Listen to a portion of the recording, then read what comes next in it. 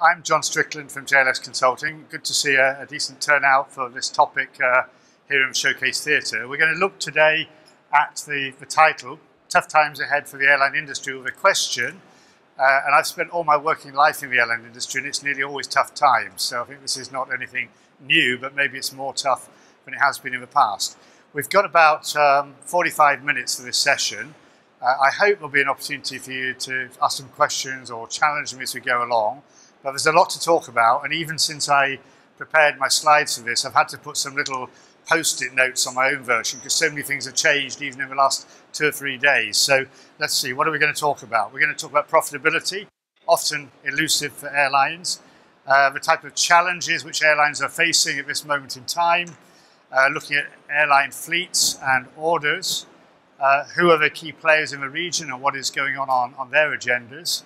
And if we have time, this is a little bit of a top-up if I'm through my slides quicker than I think, long-haul low cost, but it's very relevant as a new airline business model. So let's kick off.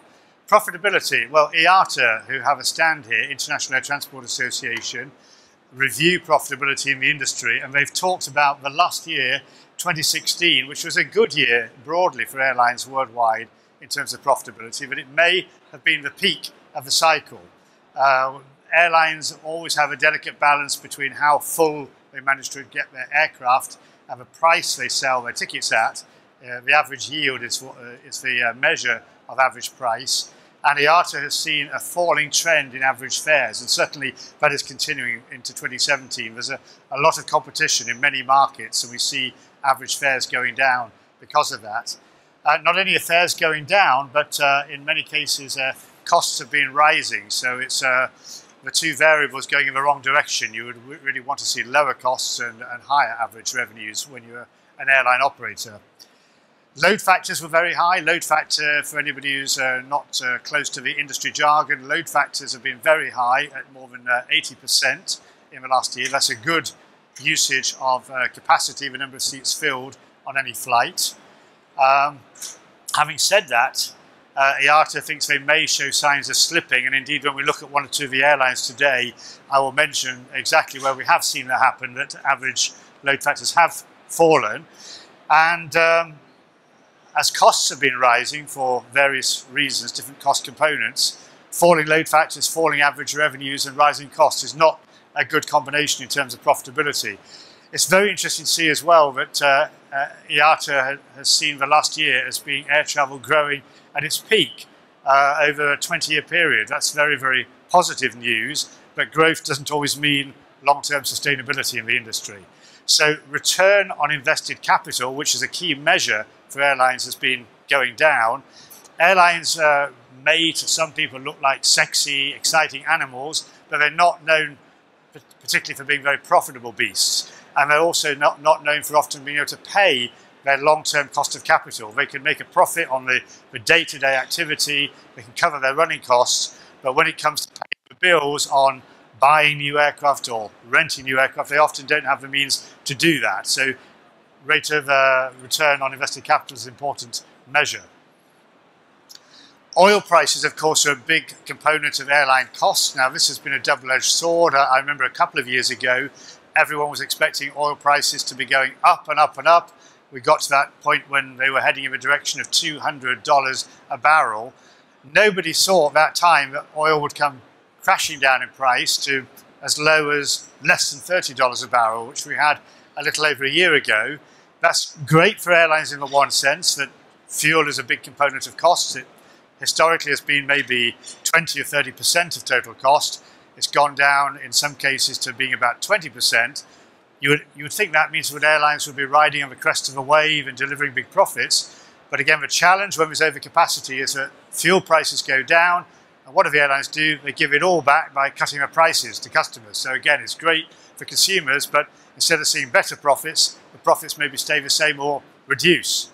So as I said, prices are going up. But if we look at the last year, February last year, when oil was down around $30 a barrel, it's back up to between $50 and $55 in the last couple of months. It's still nowhere near as high as it was, and the best airlines have tried to adapt to the challenge of much higher oil prices by cutting their costs and being more efficient. So it's still quite a positive environment in that sense.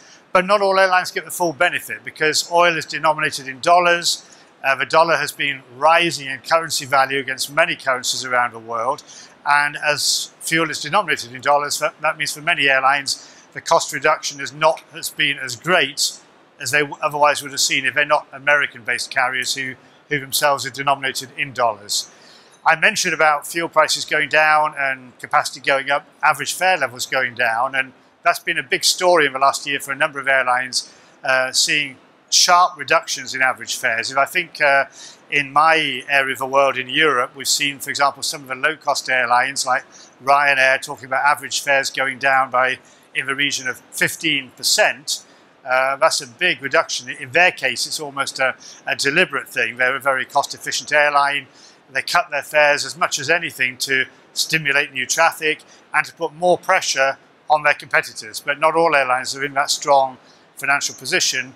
They may be forced to offer lower prices to keep their business, but it doesn't give their balance sheets the kind of boost that they would want. Also, because we've seen a lot of political challenges, which I'll talk about in the course of this presentation, currency volatility has been very high in the last year. I already mentioned the ratio of the dollar and other currencies. That's been quite a wide problem. So again, it's had an effect on average fare levels in certain markets have gone down by virtue of currency exchange rates changing.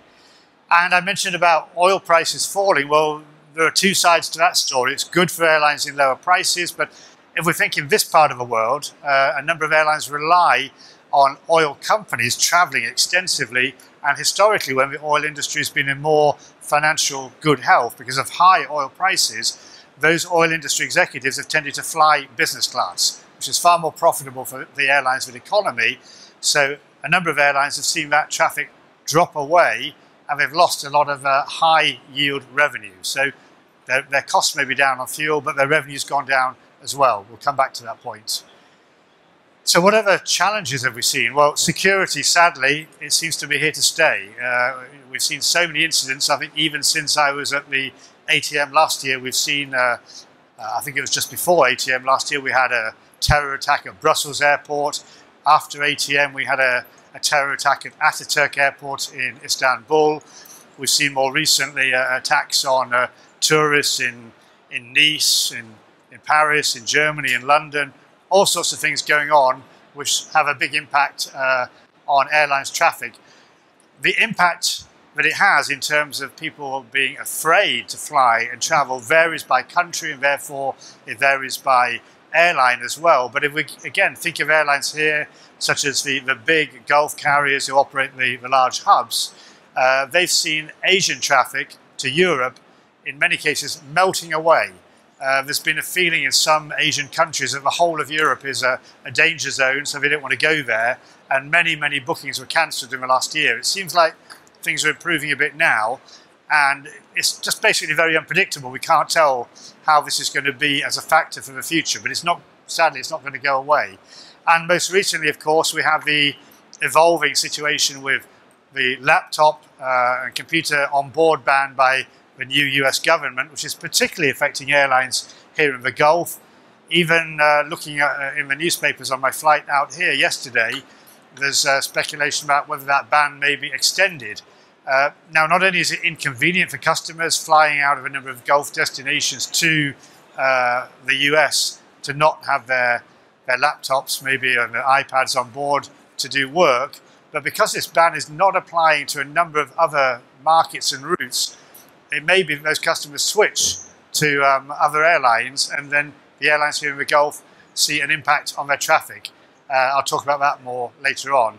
As I said, it's not applied to all routes, and it's also not clear how effective this policy is. I'm not a security expert, I will stress that point, but one thing I do know, many of you will understand that the batteries in these devices we all use, lithium batteries, they themselves can have their own dangers. So putting iPads in the hold of an aircraft, if it's not done properly, has its own risks in terms of fire risk. So doesn't really necessarily fill you with confidence to think that you maybe can't take your laptop on board, but what is happening underneath the floor while you're flying.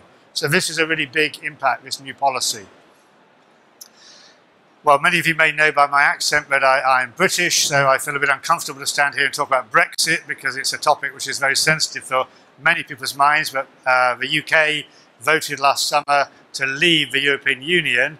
It was quite a shock, the result of that vote. Many people were not expecting that the country would vote to leave.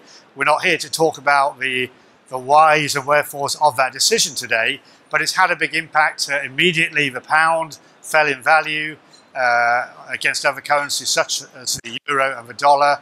And what that meant was higher costs for a number of UK airlines, given what I was saying before about certain costs being denominated in dollars. And it also brings a lot of uncertainty about the buying power of the UK public. Are we going to see over time that the UK public is going to think it's too expensive now to fly to Europe or to fly to the US? And if we combine that with security fears, it puts a lot of unknowns into the melting pot for airlines about customer demand. And so far we see this summer, out of the UK, traffic still seems to be strong, but it may be also because there is this competition. Airlines are having to compete strongly on price to maintain that level of demand, maybe at lower prices. And again, the currency factor comes into play. Airlines like EasyJet, which is one of the biggest low-cost airlines in the UK, finds that tickets it sells in euros are worth less in pounds, which is a UK-based company. So it may sell the ticket at the same price in euros, but by the time it remits that via foreign exchange, the revenue it gets into its bank account is less. Or similarly, Ryanair, which is an Irish airline, is denominated in euros, but sells a lot of tickets in the UK. So those tickets changed from pounds to euros could also be worth less in revenue terms. So it's a big challenge in terms of airlines' financial results and in terms of projecting their market going forward. Just touching on the wider regulatory framework, I mentioned this when I gave a short presentation here last year. The EU last year announced they were going to introduce a new regulatory framework. They wanted to extend wider European Union agreements with different countries around the world, with a view generally to having liberal air services agreements, allowing more competition, more open skies arrangements where airlines from the EU and from the partner country at the other end could fly with greater freedom, however often and with whatever capacity they wanted. Now, this is still the framework of the EU, and part of this negotiation is certainly going to be with this part of the world, with the Gulf, with the GCC, with the UAE, for example. Now, the UK, who of course is leaving the EU, has long had a liberal view about air services and already has many of its own bilateral open skies agreements. The question now is, as the UK comes out of the EU, could this be a negative in terms of Gulf airlines? Because the other big airline voices in the EU, such as Air France-KLM Group and Lufthansa, have a less open and liberal view about the Gulf airlines. They could lobby hard for the politicians to be more restrictionist. So there could be an impact at a European level in an adverse sense about air traffic rights than there otherwise would have been had the UK not pressed the button on the exit from the EU. I mentioned already, of course, we got a new government in the USA only a few months ago, and we know the new president has been very vocal, both in his election campaign and since, in his views about protecting the interests of America, jobs for America, and America first. He's talked about the risks that America faces, the need to put up a wall against Mexico, possibly to change the rules on trade with other key countries around the world. Well, America, just as I mentioned about the UK, has historically been a big sponsor of open skies agreements. The question is the new president and his regime going to turn around and become more restrictionist? Last year, I remember speaking about the complaints of the big three American airlines, United, Delta, and American, about the big three Gulf airlines here. They put forward arguments to the previous administration in the US that the Gulf carriers in their arguments were benefiting from unfair financial support from their governments and that there was too much capacity. Well, that message has also been relayed to the new administration, but the administration has to walk a difficult tightrope, I guess, because they can hear the voices of those large American carriers, but they don't reflect the views of all airlines in America. A number of other airlines, for example, low-cost carriers like JetBlue or Southwest don't agree with that. Federal Express, the cargo operator, who of course, by the way, has a big base here in Dubai, they don't agree. And the other side of the coin is whatever those airlines may say that they think the Gulf carriers are hurting them with unfair advantages, the government has to look at the number of aircraft orders which the Gulf carriers place with Boeing and consequently as sub-suppliers, engine manufacturers and other parts in the civil aviation industry. They can't afford to jeopardize those orders that are in place if they really want to look after American jobs. So it's a delicate balance, but it's interesting to see the laptop ban that has come in, and some people in the industry would argue, well, that is driven by this same consideration, but we do not know whether that is indeed the case or not. But in terms of other trade barriers, the new government's talked in different language about the opening up of trade and political relations with Iran, which came in under the previous government. That has big implications for air services and aircraft orders. There is also different language in the dialogue with China, which of course is a very powerful trading nation around the world these days, actually more so than the USA. So these are all things that we don't yet know the answers to, and we're going to have to keep our eyes closely in terms of the impact on airlines' ability to fly and customers' willingness to travel. And of course, military actions comes into that as well. Military actions are always destabilizing and having negative impacts when it comes to air travel and customers' willingness to travel. Also, just back on the laptop ban, we've seen a number of travel websites, the laptop ban and the changes in entitlement about visas to the US seem to be showing some indications via certain online booking sites and tools on reducing demand to the USA. And of course, we just heard last week about Emirates cutting capacity, so that's another trend to watch. Looking at airline fleets and orders, well, order books are pretty full at the moment for both Airbus and Boeing, but the question is, have worldwide orders reached a peak, or is there still some more room to grow? That's a big question in the next few years on the manufacturer's side. There are many new generation aircraft around, and a large number of those are flown by the Gulf carriers. We have aircraft offering greater fuel efficiency and greater range. Many models now offering less seats, which from an airline point of view is a double advantage. If you have a smaller plane that burns less fuel, you can take less risk on your operations. You may be willing to fly more new routes and open new markets because you're not as exposed. You're not going to try a new route and only find that you put too much new capacity in the market. So smaller aircraft like we've seen the 787 Dreamliner or Airbus's A350 are allowing the opening up of new routes with less risk. And aircraft which used to be used on shorter distance flights like the Boeing 737 and Airbus's A320 family are also coming out with new range, new aircraft in the family with longer range. So they've become actually long-haul aircraft. So if we look at Fly Dubai, for example, they're going to get Airbus, or rather Boeing, 737 MAX aircraft later this year, which gives them longer range and the ability to fly further than they do now, which will give them more scope to extend their network. Similarly, the Airbus A321LR long range is going to allow airlines to fly longer routes there. And we see in Europe, for example, Norwegian Airlines, who some of you will know flies into Dubai already, they're going to be able to extend their long-range operations across the Atlantic from smaller airports using these small aircraft. And one aircraft which has been a good workhorse over the decades for Boeing is its 757 aircraft. It's a narrow-bodied aircraft. It was never designed as a long-haul aircraft, but in recent years, at least across the North Atlantic, again, in smaller markets, a number of airlines have used that plane to open up smaller routes, but it's unfortunately getting relatively old, and Boeing has got to make a decision about what they call the MOM position. This is middle of the market position, so we'll be expecting to hear more in the next year from Boeing what we decide to do about replacing that in the medium-sized aircraft long-haul market. If we look at worldwide orders, interesting here that most of these figures are from Boeing. The ones in red here are from Airbus. Both predict a very large number of new aircraft in the next 20 years, between 33 and 37,000 new aircraft.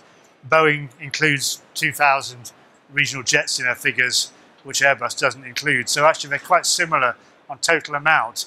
But the biggest difference is Airbus is forecasting nearly 1,500 new orders and deliveries for large wide bodies. Now, large wide body is the Airbus A380 double-decker and Boeing's 747, also their long-standing, trusted workhorse aircraft, which is in the largest category. Now, Boeing, as you can see, is forecasting only about 1/3 the number of aircraft in this very large category that Airbus is. Airbus has really been fortunate to have Emirates as a customer for the 380. That's kept them going because not many airlines have ordered large numbers, and those that have indicated they're not going to order more. So it looks so far that Boeing's forecast may be more accurate in terms of a very large size.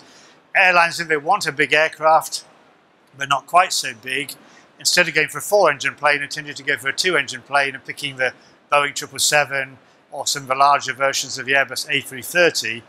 Those two aircraft are selling well, and Boeing's already got its next generation 777X under development at the moment. But the very large size doesn't look like there's going to be much more progress on large orders for them. And specifically here in the Gulf region, Boeing's forecast, and this reflects what I was saying about the importance of Emirates in the large aircraft category. If we look there in the large wide body, 320 of those out of the 500 or so, which Boeing is predicting, they expect to be sold in this region. And this forecast is not any Boeing aircraft, so this covers Airbus too. So this really reflects the strong orders from Emirates in the large aircraft category. But the biggest growth, both here in the region, is in the single aisle category. That's the Airbus A320 and the Boeing 737 MAX. It was the same as in the global figures, 28,000 new aircraft or 23,000 for Airbus in the single aisle category.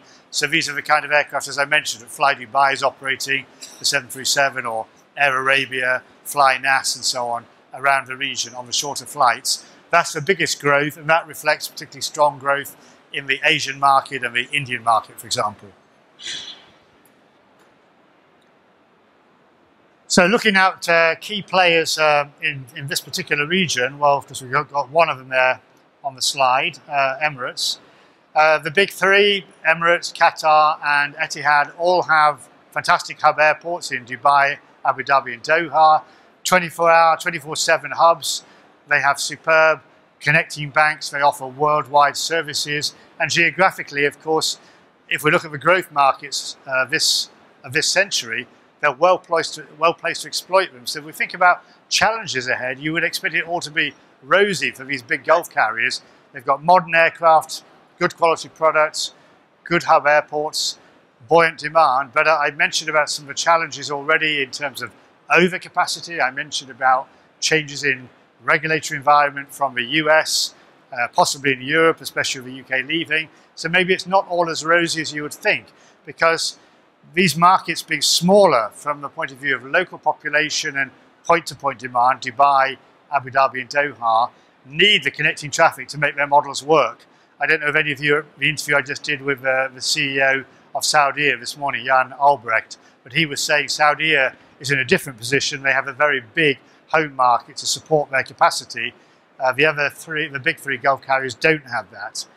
But nevertheless, their growth has been spectacular. If we look here back in 2004, these three airlines only carried 13 million passengers a year between them. At that point, Etihad was almost a new airline. The most recent full-year figures, they were close to 100 million passengers, and certainly as the next year's figures come out, that will have gone up. But they're all going beyond their organic growth and looking at different kinds of partnerships and somewhat divergent business strategies. We'll just take a quick look at each of the three. Well, Emirates, the largest. Emirates has been around for over 30 years now, flying over 50 million passengers and probably accounts for 80% of the business activity of the big three. Their load factor fell last year, and I expect when we see their annual results, which will be coming out in a few weeks, we're probably going to see that load factor fall again. Their traffic has gone up, but the demand has not been going up as much as they've been adding aircraft to their fleet. So they've already indicated by their first 6 months results that 2016 was a tough year.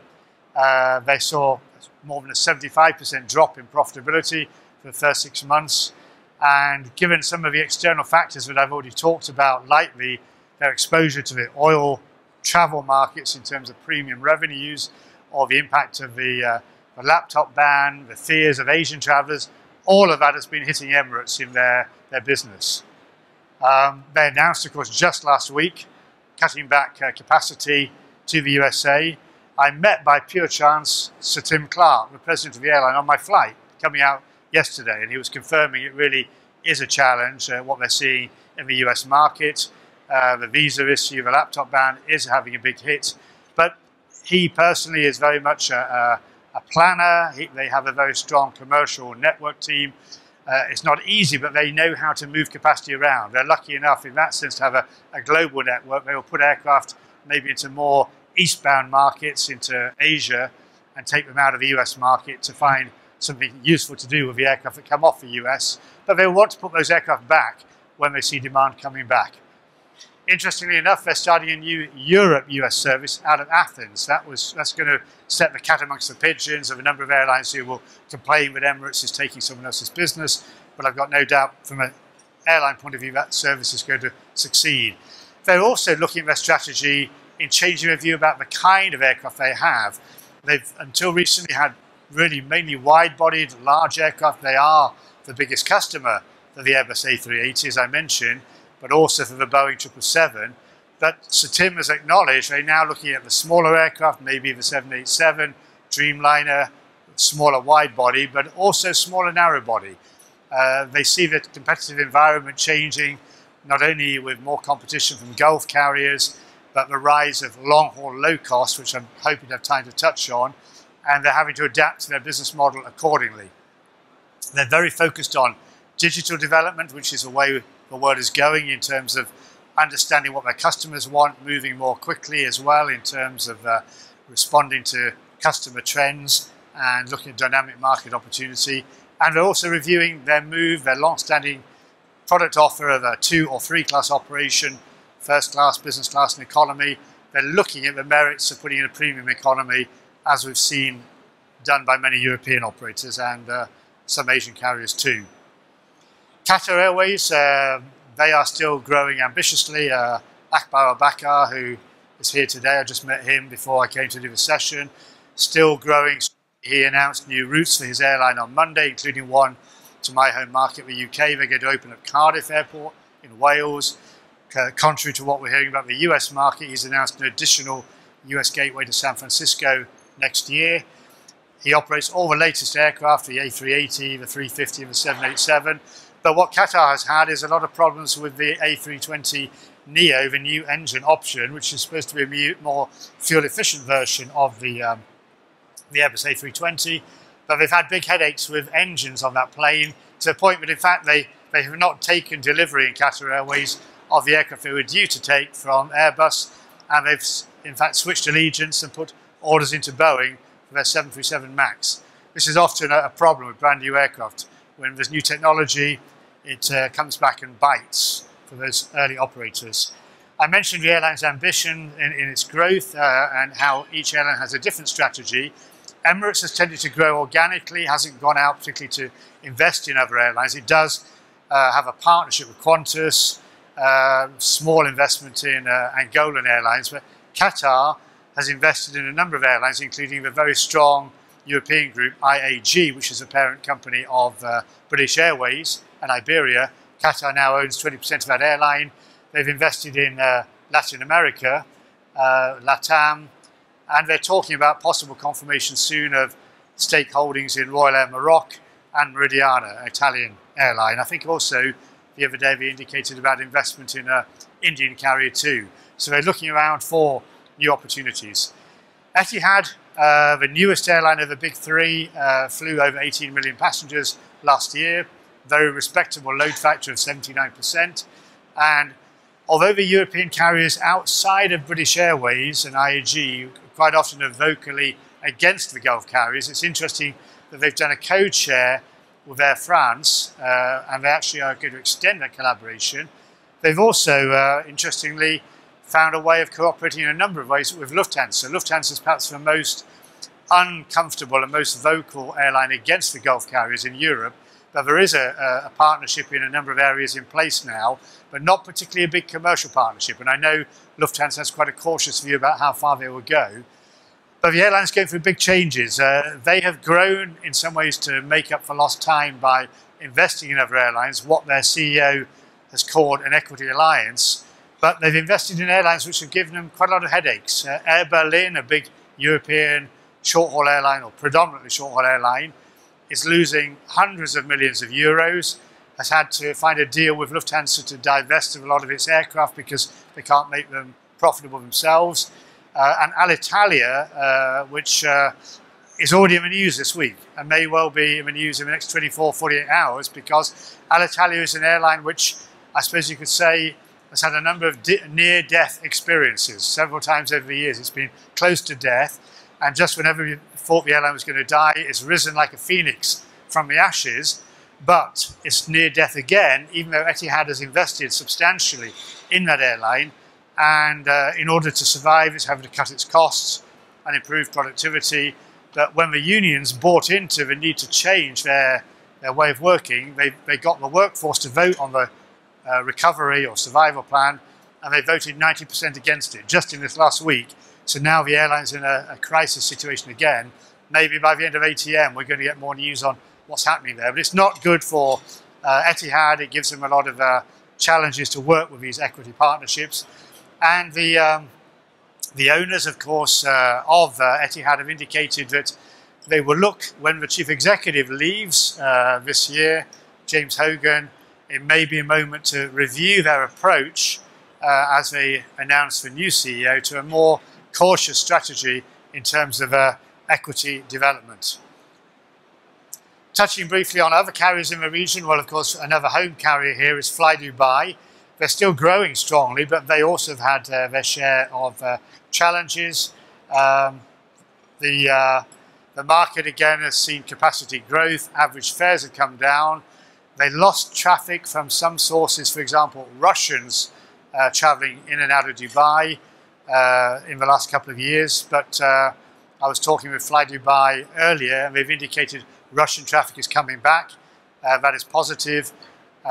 Demand is growing, but they do still face challenges in delivering profitability at the level they would wish.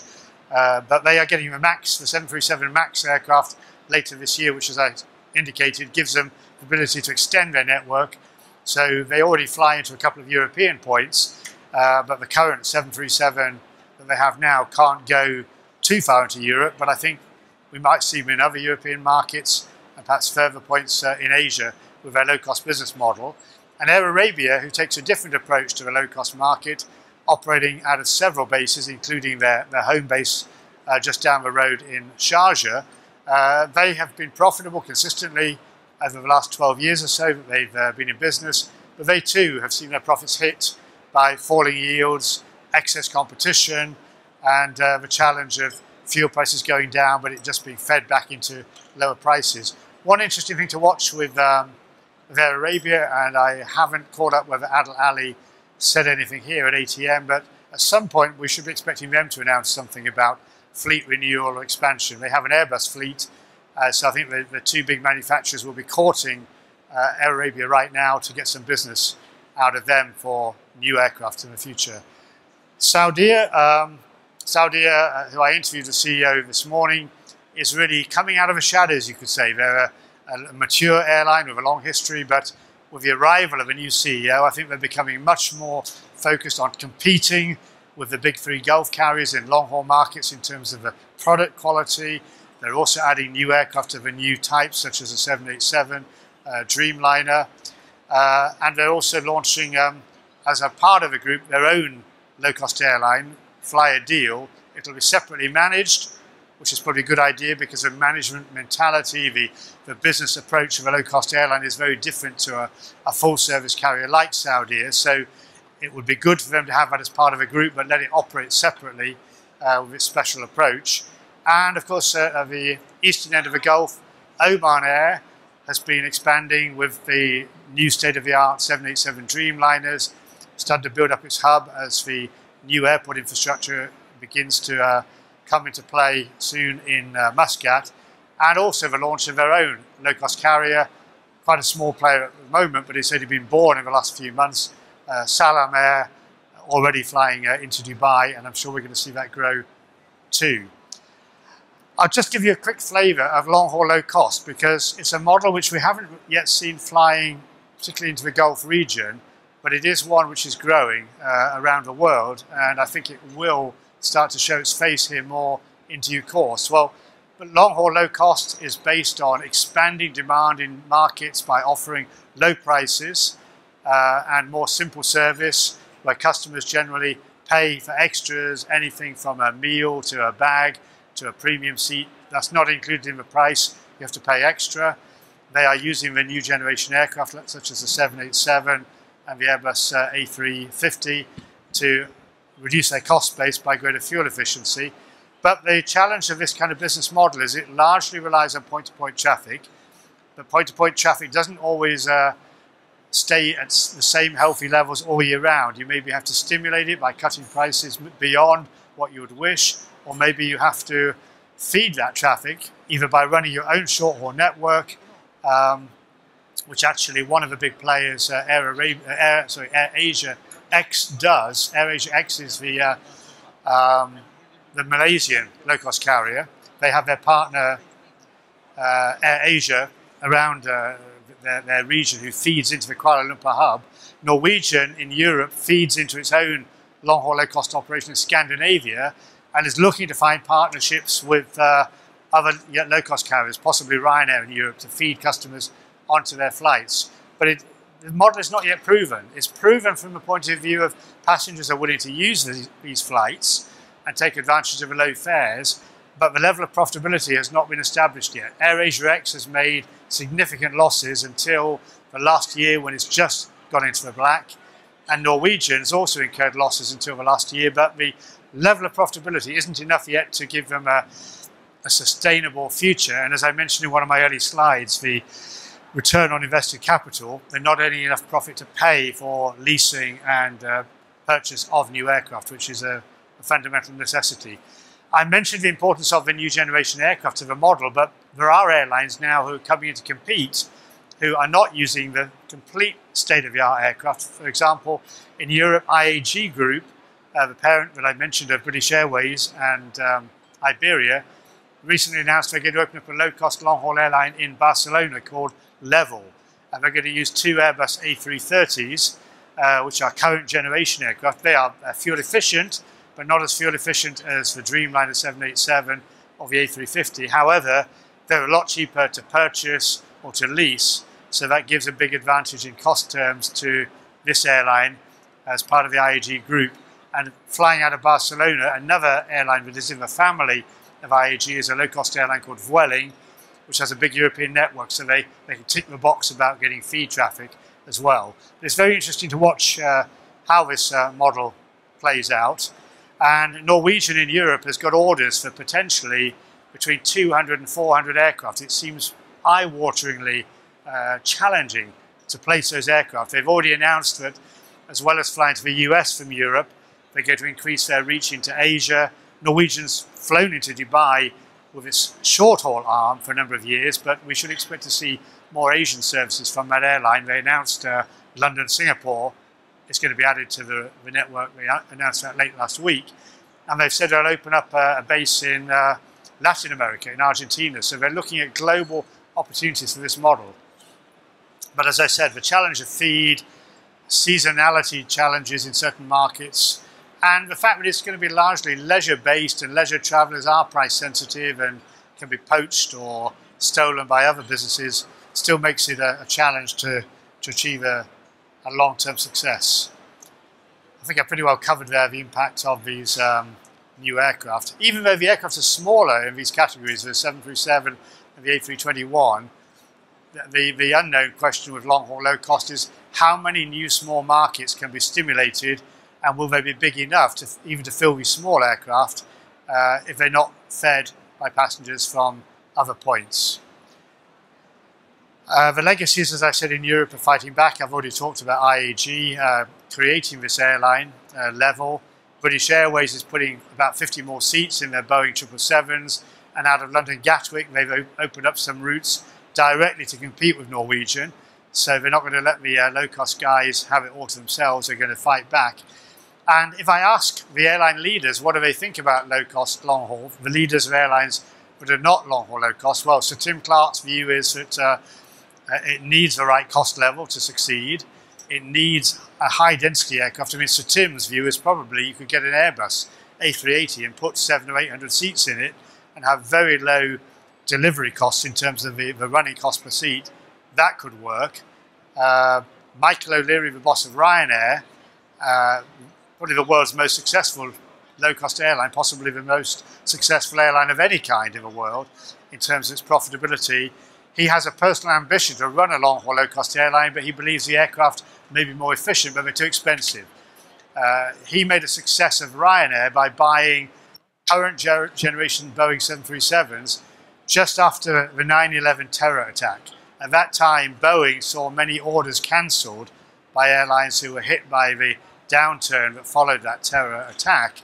And he had money in his pocket and went off and did a tough negotiation with Boeing to buy those aircraft at a super low price, maybe a price that Boeing would have preferred not to agree to, but they had to. I think he's looking for the same kind of opportunities for some kind of crisis. And my topic here, of course, is the challenges ahead, and is it a time of challenge and crisis? Well, this airline is one that takes opportunities when other airlines are suffering. So let's say there was some kind of crisis, be it a downturn, a security impact, a change in government approach anywhere in the world, and we saw orders for a Dreamliner or the A350 or some other aircraft type cancelled.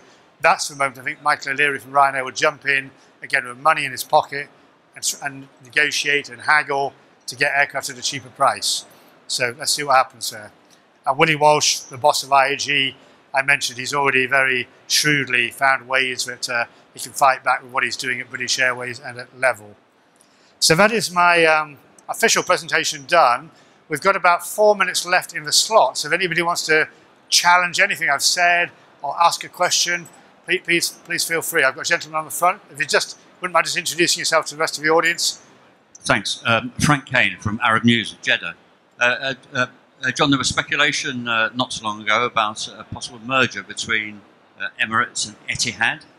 What's your candid view? Is that possible? I mean, technically that would be possible, and I've talked to a few people in the industry about that. Of course, we've got two big hubs, only a couple of hours down the road from each other. So far, the evidence, if you think of the figures that I showed, is they've both supported enormous traffic growth, albeit I think a very key difference is that Emirates has done it organically and over a very long period of time. It hasn't been an overnight sensation. It's been more than 30 years in the building. Etihad has done it more quickly, but with some growing pains, as I described. So we may see some conservatism creeping in. But as some colleagues in the industry said, it's not going to be the decision of the managements of these airlines. If that was to happen, it would very much be at a higher level between these two neighbouring UAE states. And I don't know whether that is likely. Personally, I wouldn't see it as very likely in the short to medium term, but we don't know. Anybody else like to ask a question or give a comment? Anything I didn't cover that you'd like to ask about? Great. Well, thanks very much for attending today. If any of you are keen on the aviation programme, we've got one more today in just over an hour at 3 o'clock. Back on the global stage, we're having an interview with Peter Bellew, who's the Chief Executive of Malaysian Airlines. A very interesting story there at the moment. An airline that, of course, has a lot of challenges and tragedy, but I think now looking forward much more optimistically. So make your way around to the global stage at 3 o'clock. Meanwhile, continue to have a good ATM. Thank you very much.